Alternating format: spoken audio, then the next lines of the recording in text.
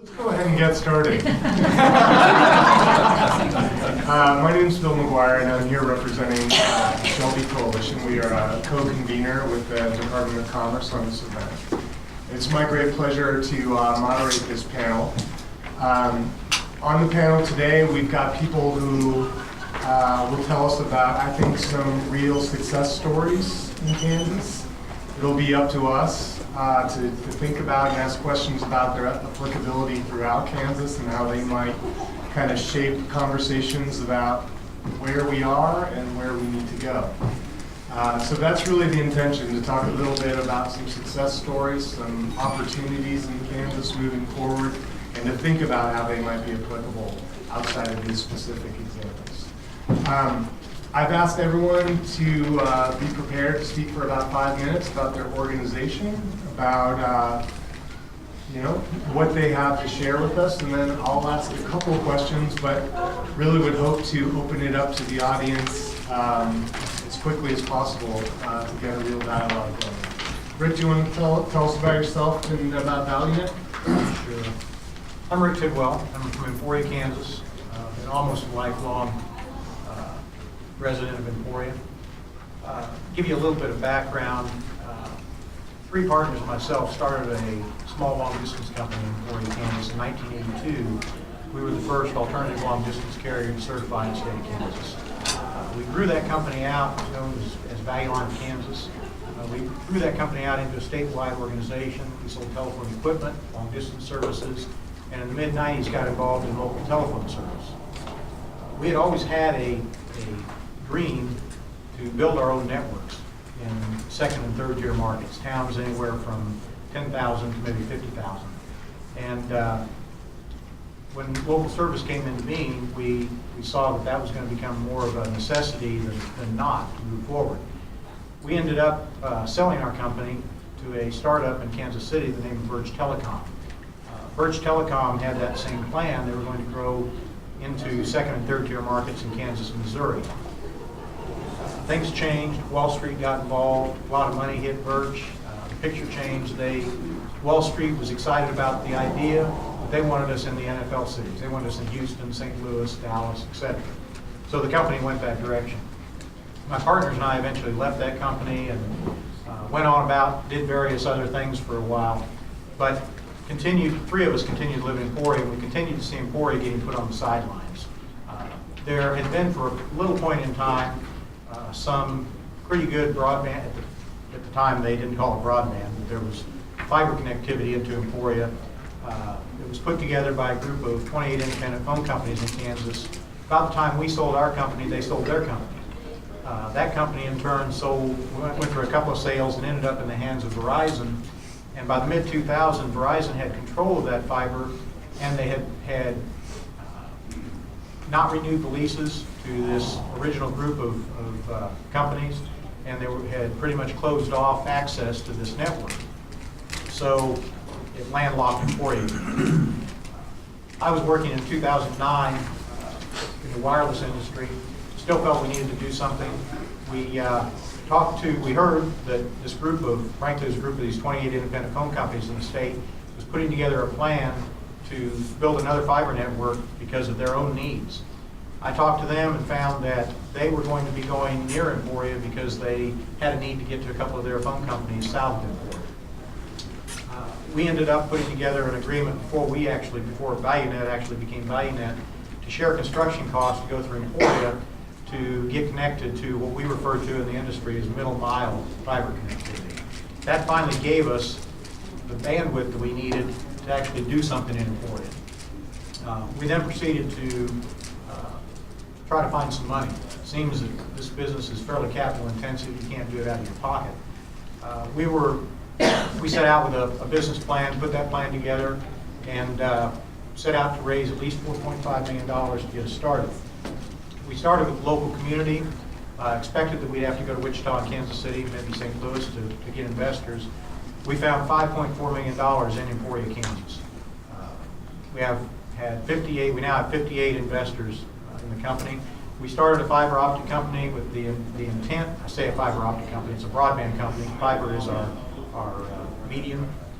But we set out to provide a connection that could bring a gigabite to every home and business in Emporia, Kansas. In 2012, we started construction, turned up our first customer in the middle of 2012. We built out the business community first. We then started building out the residential community as the business community was done.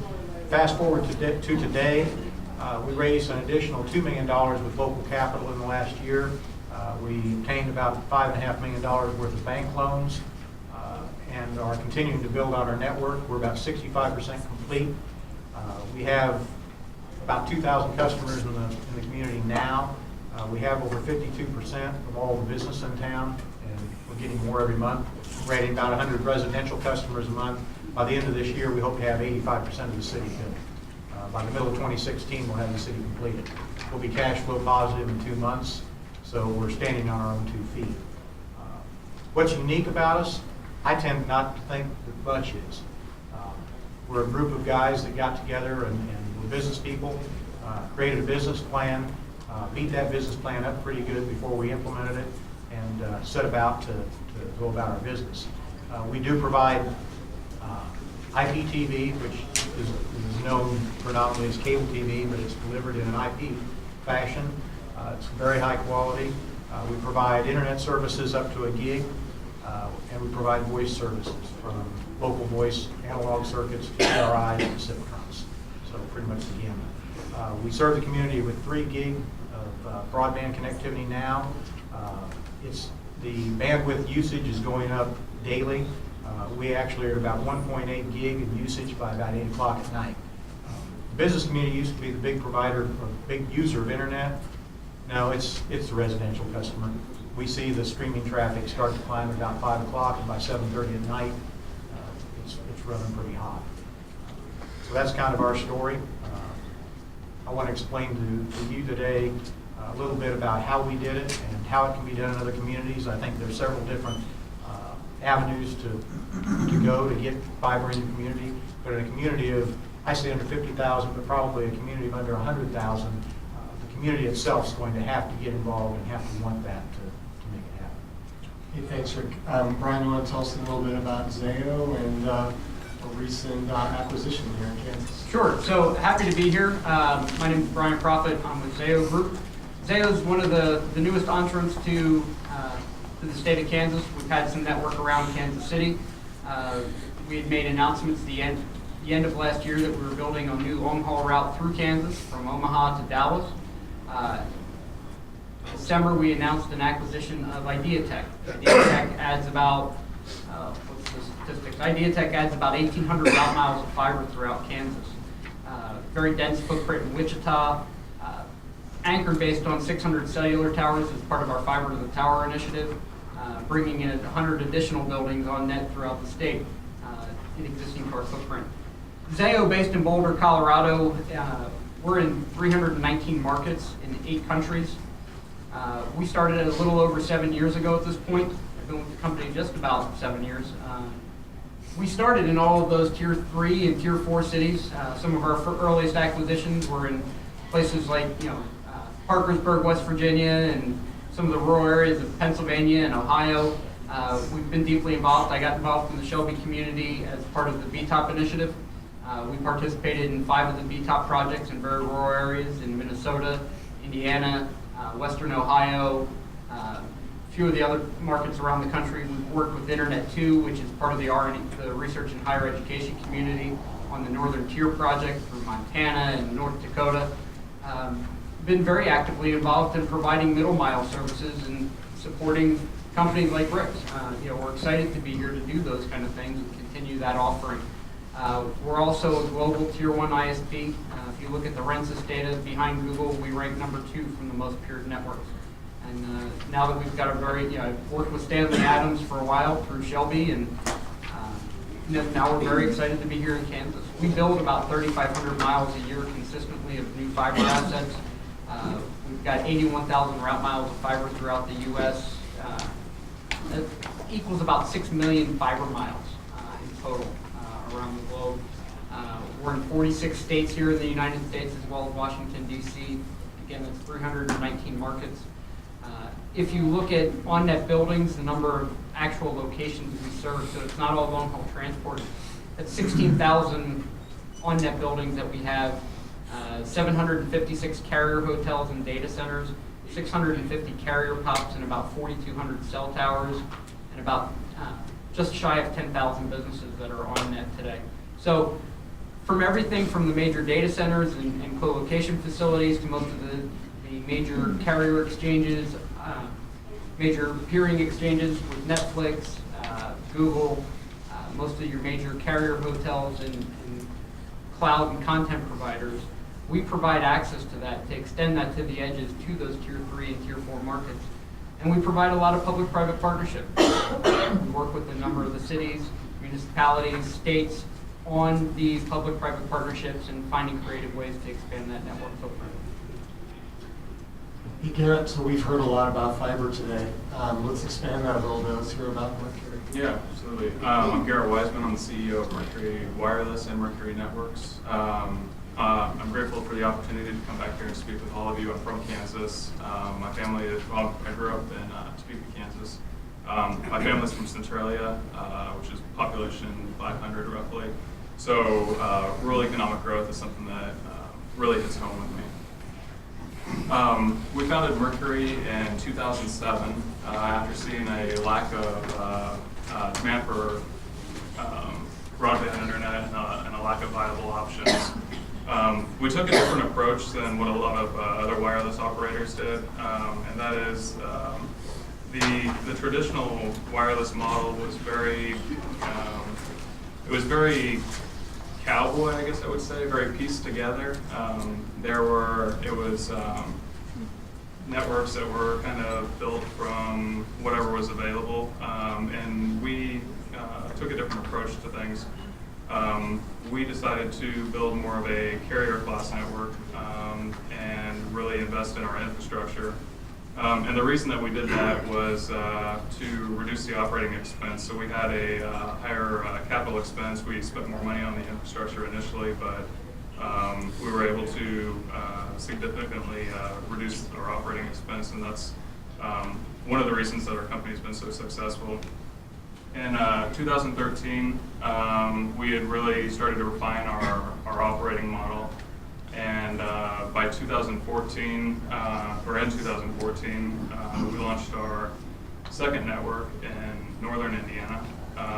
And it's been up and running for almost a year now, and we've taken it from 0 to profitable in less than a year, which is probably said. We look at ourselves a lot like the airline industry, in that you have regional carriers. We are what we would consider a regional carrier for broadband internet.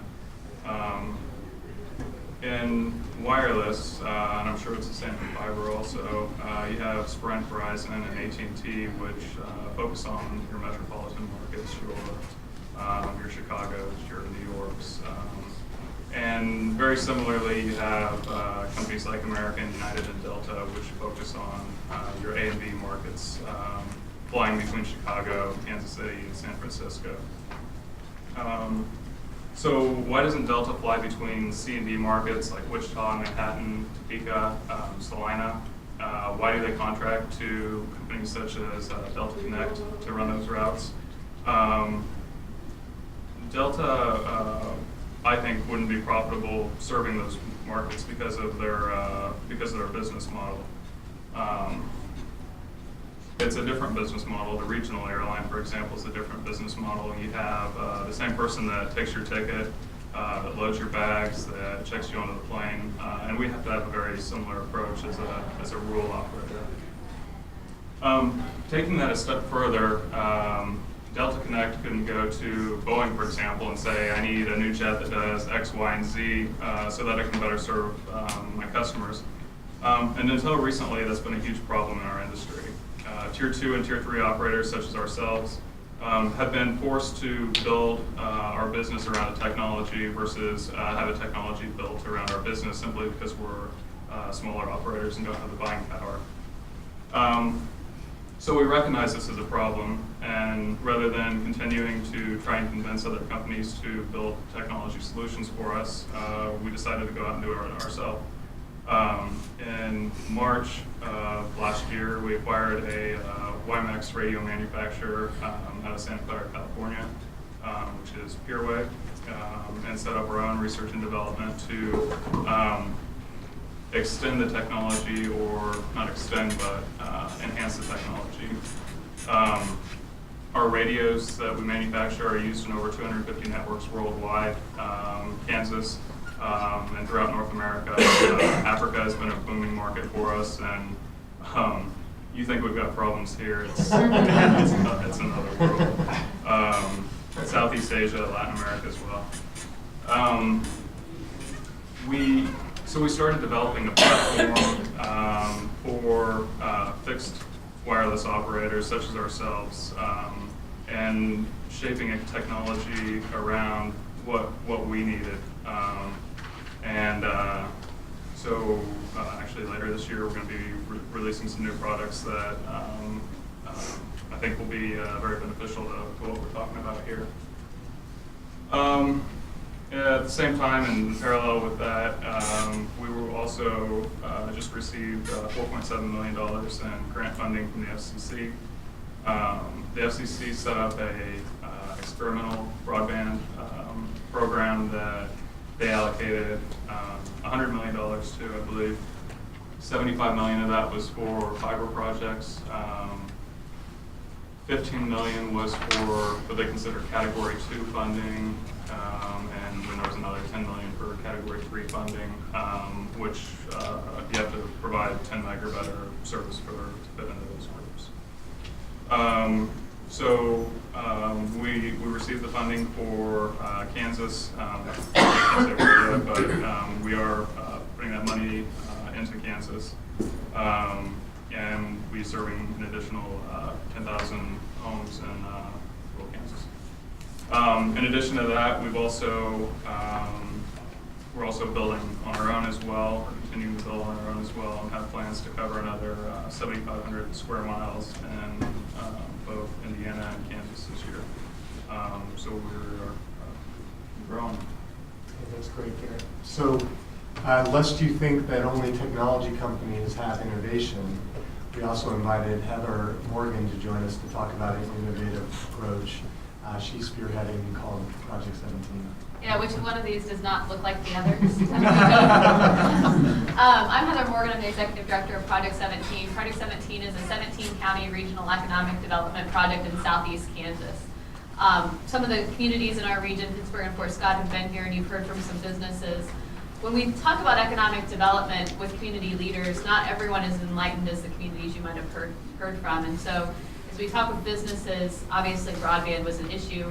And like the last speaker was saying, it's not only about you have to have all of the pieces of economic development to make economic development work. You have to have a workforce, you have to have broadband, you have to have utilities. You have to have all of those things together. And what we were finding is not everyone in the region knows that broadband is an issue. I'll just give you an example. I was at a Board of County Commissioners meeting, which I get to visit with county commissioners a lot. And they stopped me and said, "You have a fine." And I said, "Well, what kind of a fine is it for?" And they're like, "Well, you said 5 cuss words." I'm like, "No, I haven't said any cuss words." And they said, "Well, you use 5 words, we don't know what they are." And I'm like, "Give me an example." Streaming. You don't know what streaming is? Well, what about Netflix? Do you know what Netflix is? No. What about YouTube? You ever seen YouTube? No.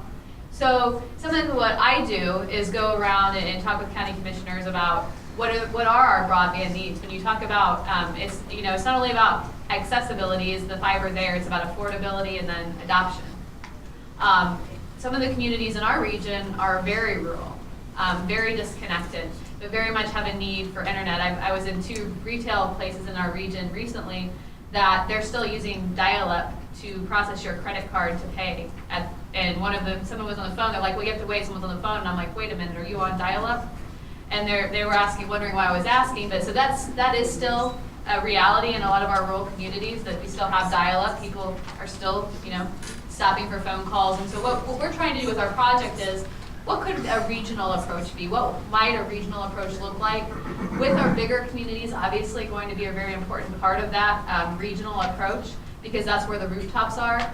But someone out on the farm who wants to telecommute to the plaza because they work for a bank, we either have a situation, someone was telecommuting from a rural area to the plaza, a banker, they no longer could because they had satellite internet that wasn't compliant with what their bank needed. Or they are on an air card and they have data caps.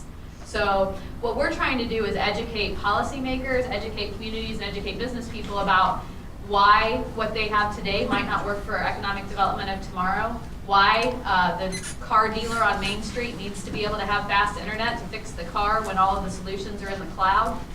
A lot of people who aren't in this field don't understand that, and so what we're trying to do is start with education, and then how could we take our power as a region to work together. Obviously, there are some communities in our region that are doing great things. You know, Chanute is doing their own thing, but there are a lot of more rural communities who, without a little bit of help and teamwork, are never going to be able to be served. And we have communities that say, well, we just know we can't process utility bills between 4 and 5 in the afternoon. Just don't come to pay your utility bills. We'll process you the next morning.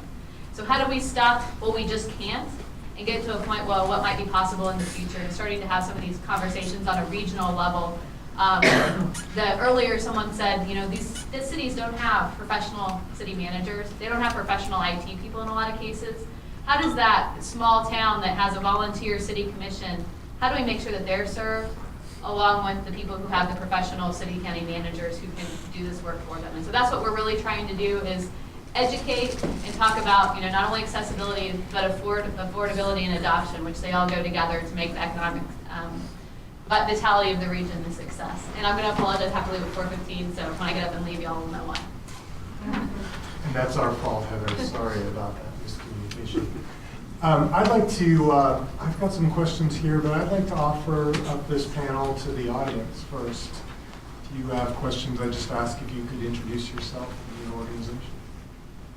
Any questions?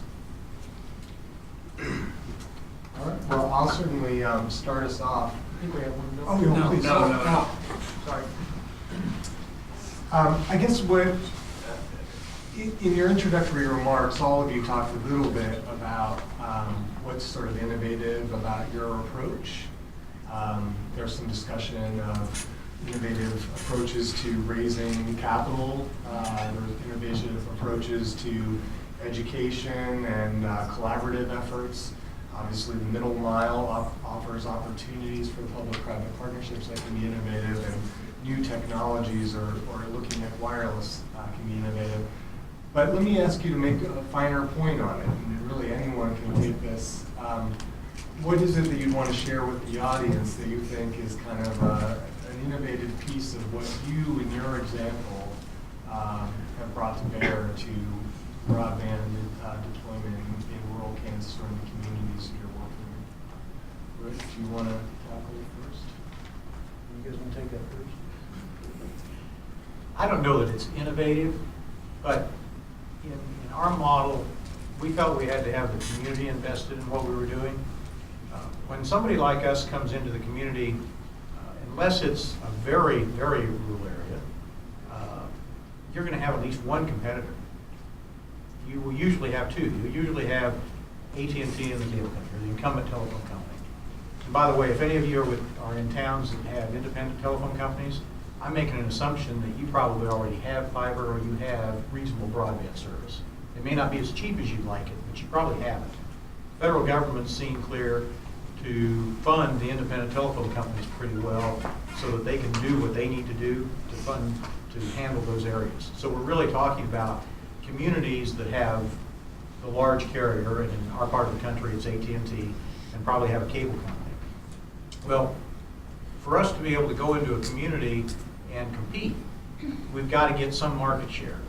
And frankly, in the business models we've run, you've got to get about 50% or better market share to hope to make enough money to sustain a business plan. So we've got to have the community vested in what we want to do. We lived in a community, some people knew us, so they believed in us in the beginning. But in each community, I think that's a key. If any of you think that Zayal, as an example, or any other company of significant size is going to drive by your community and say, gee, this would be a great place to set up shop. It's a great thought, but it's probably not going to happen. You have to have a vested interest as a community. That's probably the biggest issue. Anyone else want to talk about innovation?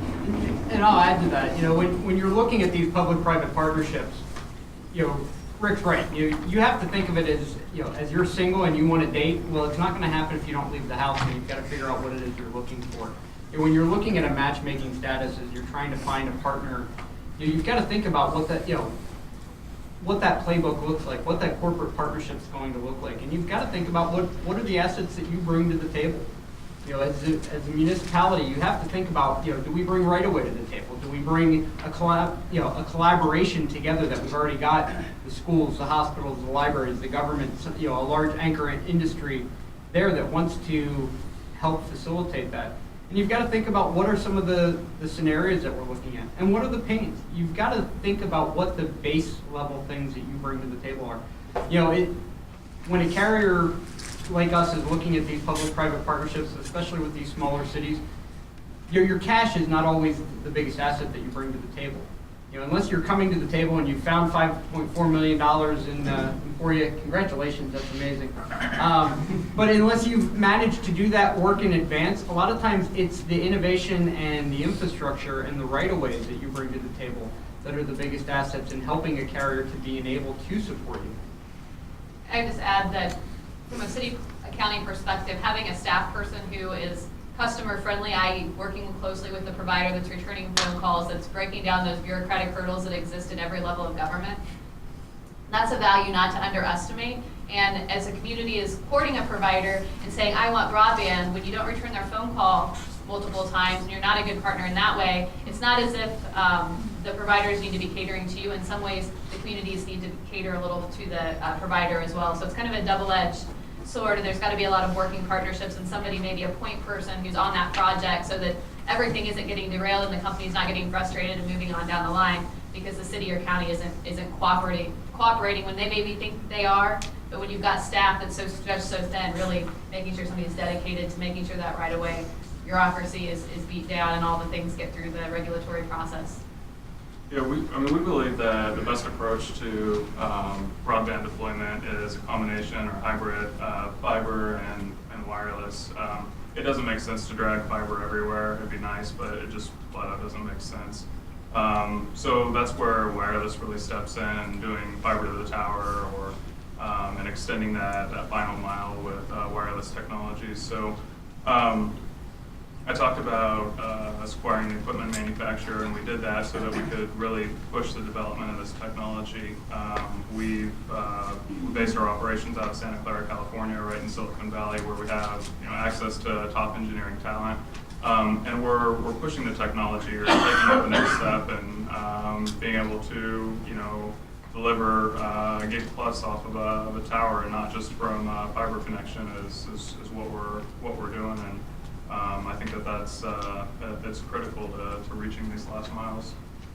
Can I just add to Heather's comment real quick? The carriers that are dedicating resources to these public-private partnerships, we're a little bit, we've got a little bit of ADHD from that standpoint. You're not going to hold the attention long. One of the things is, you have to remember, from a carrier standpoint, these public-private partnerships are not adding revenue, right? So from the resources that they're garnishing and dedicating to the project, you need to understand they're not going to be able to spend the time at the Elks Hall and they're not going to be able to do lots of public information meetings because they just don't have the resources. The only companies that have those big corporate resources are the AT&Ts of the world. And the larger companies have community advocates. If they're not the partner that you're courting, you have to think about what kind of resources that they bring to the table. Me, I cover the whole country. I'm Gina Millsap. I'm the CEO of the Topeka County Public Library, and I'm also co-chairing our local community broadband planning initiative. So we have a feasibility study that shows that a provider can build an advanced broadband network within the city limits and make money. That's a given. We all use the same data. Once you get beyond the city limits into Shawnee County, where I live, by the way, I'm a Mercury customer.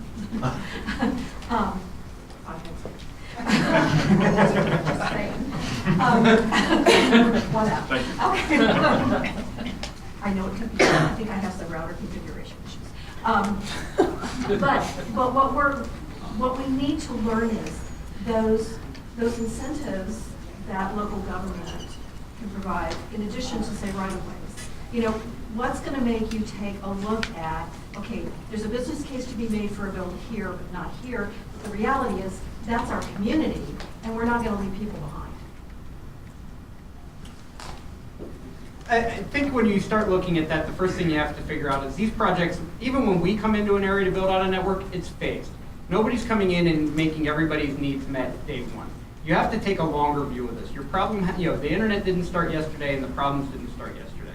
So that, these challenges, infrastructure and developing infrastructure and economic development, you have to take a longer lens. It has to be beyond the headline of Google Fiber, right? It has to be beyond the splash, and it has to be thinking about how can we, 10 years from now, make sure that we've got everything that we need.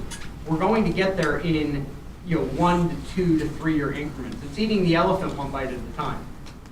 And yes, the rural community components are not going to be the first parts that are solved.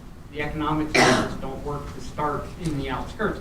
Unless you've got multiple small communities and there's a bridge in between them, right? So your small town and the next small town, that's how you serve the areas in between, because you've got to be able to build that bridge. And that's where you're able to do that. And then bring in a wireless partner to serve those pieces in the middle and give them the fiber infrastructure in between to enable those types of projects.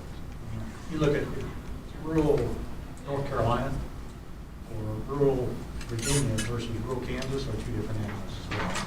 The geography is different. When you talk about two small towns there, they're 2 miles apart, and then two small towns of 50,000. When we talk about two small towns, we're talking about two towns of 1,500 with 20 miles between them. So the whole geography is different in Kansas.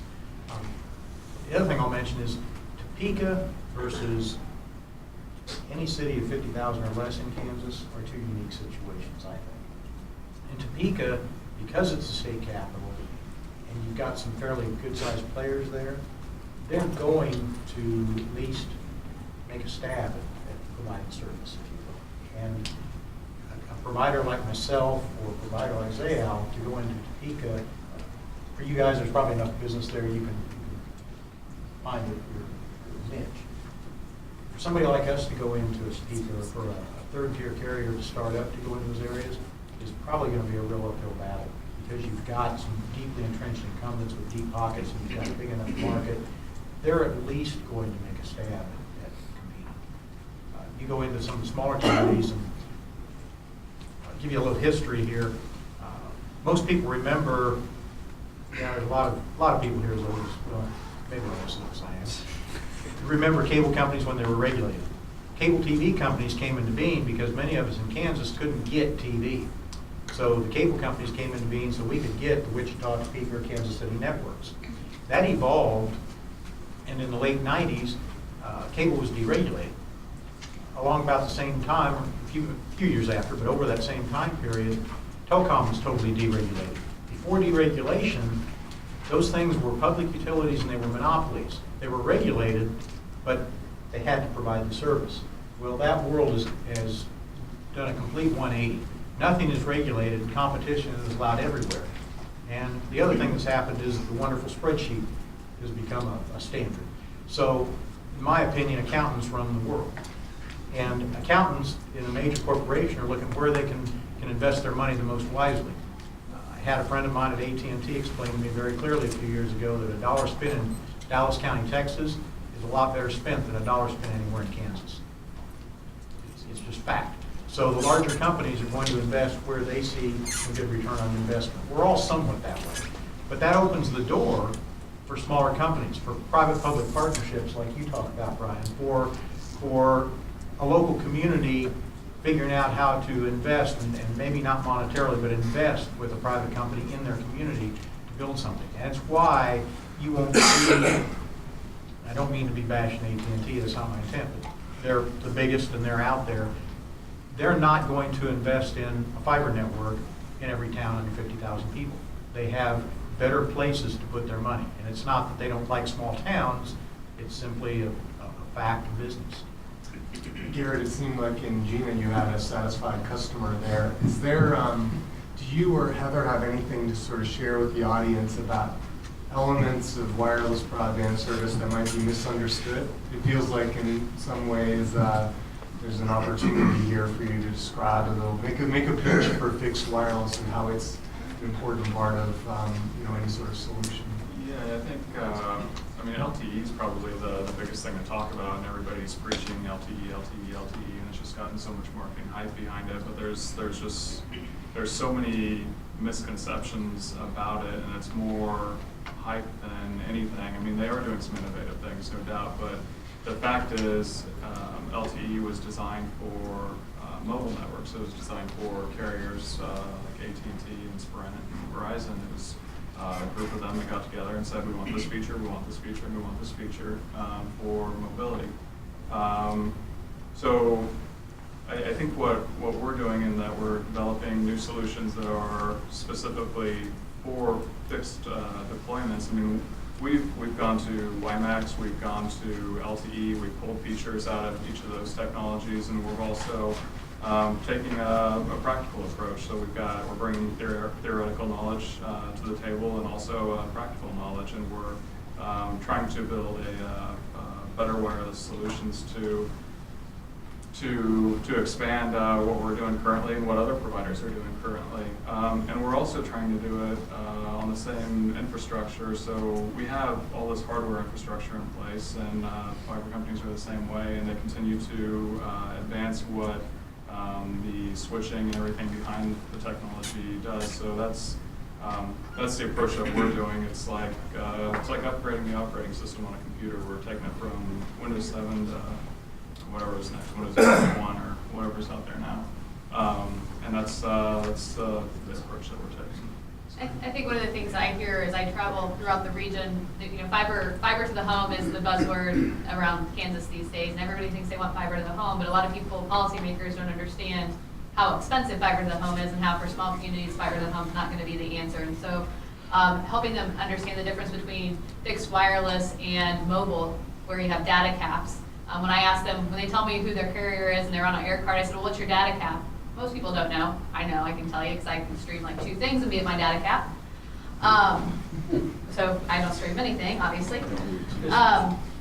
Does everybody understand that to be in the perfect environment in a community, you would have all 3 of us involved? That's okay. Not That's any my one of us. question.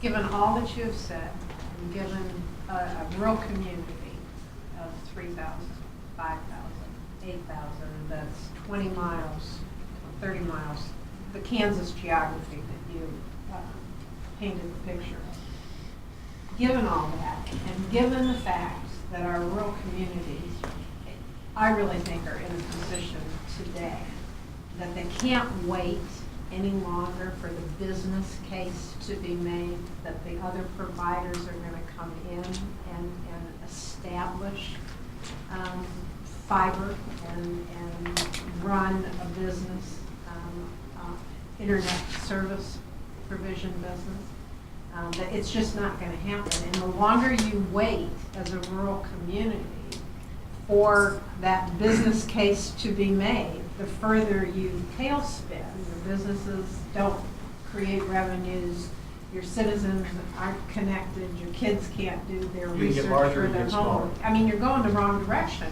What 3 things, in what order, should rural communities of that size do today to start planning to develop either their own network, their own capacity, entertain options such as the 3 that are presented by you all? What should they do? I think the biggest thing is the support of the communities. It's not funding. It's Rick was talking about earlier. We're going into rural markets, and if we were going into Chicago, for example, I mean, we could have a fraction of a percent of the market share, and still be very, very successful. But if that happens in rural America, then I guess I'm angry shareholders. So pooling together as a community and saying this is something that we want If you commit your resources to us, we'll commit your resources to you. I think that's the best approach. I mean, there's a lot of talk about municipalities building broadband networks, and I have my own personal feelings about that. But it's when government or municipalities do something, it's not for. Be careful with this one. It's for the longevity. It's built to really last and sustain for tens and hundreds of years. And our industry changes so fast, especially in the wireless world. I mean, you look at 10 years ago, most people didn't even have cell phones, and we had CDMA and GSM, and then it was 3G, and this is the greatest thing. Now it's fourth generation technology and LTE, and we're already looking at fifth generation technology. I mean, our industry, I think, moves too fast for it to be run by a municipality. That's not to say that a municipality can't support the efforts, but I think that at least for now, what we do should lie within the private sector, and the community should support our efforts to make the business model profitable. Okay, I'm going to add one more question based on. Let me see if I can add just one thing. When you had a preliminary call, you described that community buy-in, I thought very specifically about providing you with information about potential take rates. Mm-hmm. So how would a community let you know what your potential take rate is? We've had communities come to us where a city would come together and put together a list that says we've got 100 or 200 or whatever it is, it doesn't matter, people that are willing to sign up tomorrow if you guys build the infrastructure. And that makes it a lot easier to say, now I'm not taking a risk, I'm taking it's not even a calculated risk, it's a sure thing, and that moves a community up on the list before one that we may or may not have a successful take rate on. So that's one thing, but you had a follow-up. But one add-on question, continue to answer, because if we wait for the investment to be made on a business case, we're going to be waiting forever in those communities. If we wait for the best technology, the next version of the technology, we're going to be waiting forever. And at what point do you make that graduated or incremental step to a better technology?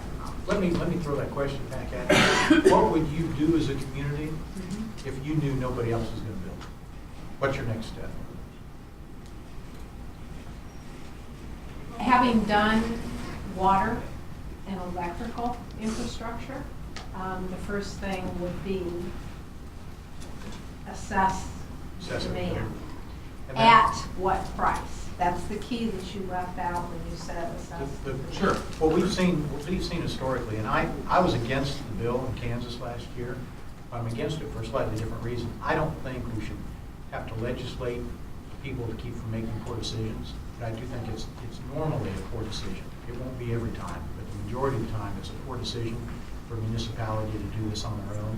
And it's a poor decision because the municipality is not normally in the business of trying to run a for-profit organization. If that municipality is willing to invest in it and then continue to fund it with public money, it'll probably make it go.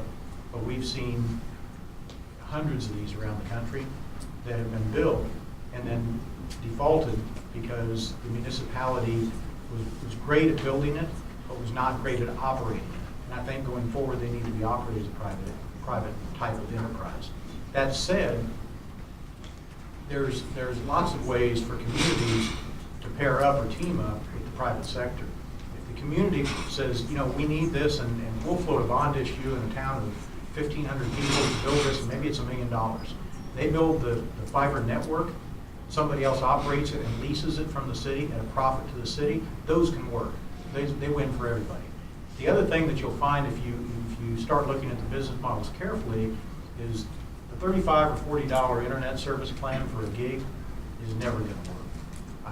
I'm sorry, but it's not going to work. Google can make it work because it's a rounding error in their balance sheet. But the rest of us can't if you're going to try to sustain a business. So I think a community, if they think that they're up against the wall, we have to do something, I think they put their plans together and try to figure out what that cost is, But there are people out there like myself that are very, very willing to sit down with you and talk and try to come up with a plan. The other problem is right here. If we don't have a ZAO near the community, we all throw our arms up. Emporia, Kansas is now 25,000 people. We did not have a way to get enough broadband to build anything. Hell, we couldn't support his wireless network if we put it in town, let alone a fiber network. So you've got to find those things. The good news is ZAO and companies like ZAO are building to tower sites all over the countryside for Verizon, Sprint, AT&T, and others. So there's a very good chance that they may not be sitting in the community, but they may be 10 miles away. And if you're really dedicated to putting the business together to operate a community, you can probably find ZAO out there. And I think ZAO is very, very willing to work with towers to help on those. They would rather, I'm not going to put words in your mouth, but I'm going to look for you to argue with me. If he got no cell towers in Emporia, Kansas, but he got all of my business and I had all the cell towers, he's probably still happy. If he's got just the cell towers and can never get any of the other business, it's okay, but it didn't really make the day. Is that a fair statement? It is, and I've seen these things, you know, when a cell carrier comes in and wants to build out fiber to the tower, they will pick the major areas. And then they go, you know, it's different than you award somebody an RFP and they say, we're going to come in and now we know exactly what the scope of the project is. You know, we say, we know you're going to be awarded Central Kansas. And then they go through a deselect process where they scratch your towns off the list because they don't have enough take rate. You know, well, nobody's upgraded to their cell plan in 20 years in this town. We're not going to upgrade the service. It's the same thing if somebody, you know, like Garrett's company is going to come in.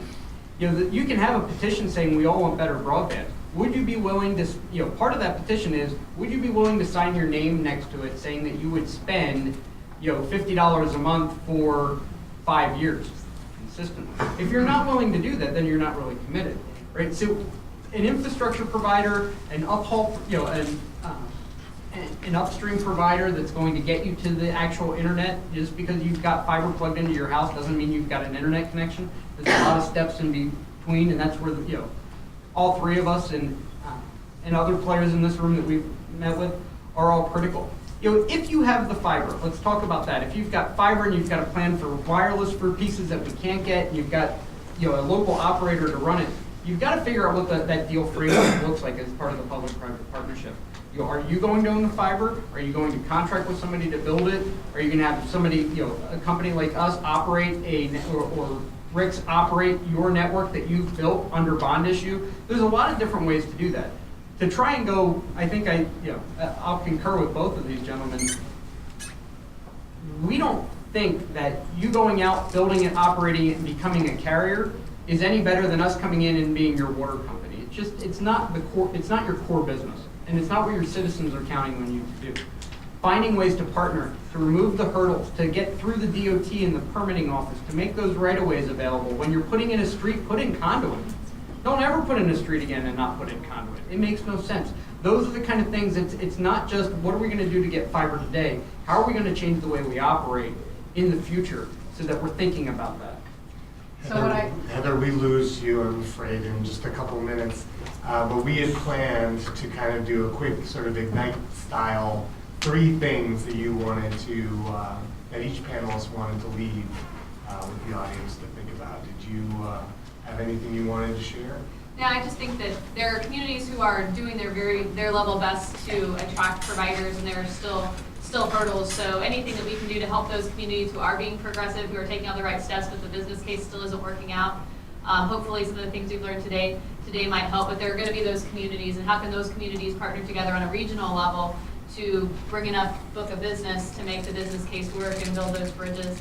The other thing is really educating the business folks, the citizens, and the public policy folks in every community, because if you think about public-private partnerships, who has to approve that public side? It's the city and county commissions.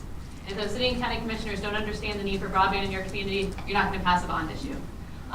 If you're blessed if you live in a community that they understand, but a lot don't, and so making sure that everyone understands just what broadband means doesn't mean just Netflix and YouTube. What does that mean to the manufacturer who's trying to send their manufacturer drawing? What does that mean to the person who's trying to work from home? And what does that mean to the business that you're trying to lure to your community that you're unable to or you're able to because of broadband? Thank you. Sorry to lose you. Garrett, any leave behinds, mental leave behinds for us? Yeah, I think the biggest thing for us is helping us break down the barriers to entry to be able to come in and serve your communities. I mean, we want to build the infrastructure.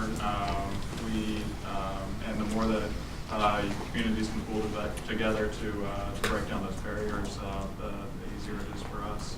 Quick question for you. Have you all decided where you're going to deploy it with the rural broadband experiment? We have, but I can't. You can't say. Soon, but not yet. Okay. Well, we'll stay tuned. Ryan, leave behinds? So I've talked about most of them, but when you're looking at, trying to find a public-private partnership framework that works, number one, experience, creativity, and flexibility have to be the anchor of this strategy. At that point, most traditional carriers, remember, have a one-dimensional approach to community anchors in government. It's that you're their customers. So you need to think about that a little bit differently when you're approaching your partners and go back to that experience, creativity, and flexibility. And then from there, you have to know what you want. As you're looking for a match, you have to know what you bring to the table and what you're looking for in a partner. And I'm going to make a plug to two things. One, NTIA has just released the Public-Private Partnership Playbook. If you're going to have this discussion, make it required reading for your commissioners, back to what Heather was saying from an education standpoint. Two, I've got outlined some of this in the document on the wiki. Rick, make sure you're not an impediment.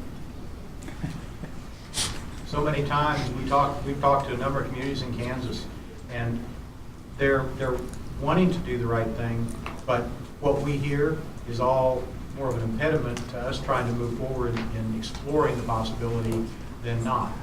And fortunately or unfortunately for us, there's a lot of territory out there to cover these days. So the first thing is stop digging the hole. Number two is make sure that you've really got buy-in from the community. What you're doing in a community, whether it's, well, any of these communities, you probably have a cable company, you probably have an incumbent telephone company. If the city or the county, the community, is going to embrace another person coming to town, they're going to cause issues for the other two. Be sure you're ready to do that. More than once, we've talked to communities that were all ready to make a move, but oh gosh, we don't want to upset anybody else. Well, this is going to upset somebody. There's going to be winners and there's going to be losers. So make sure you're ready to take that step.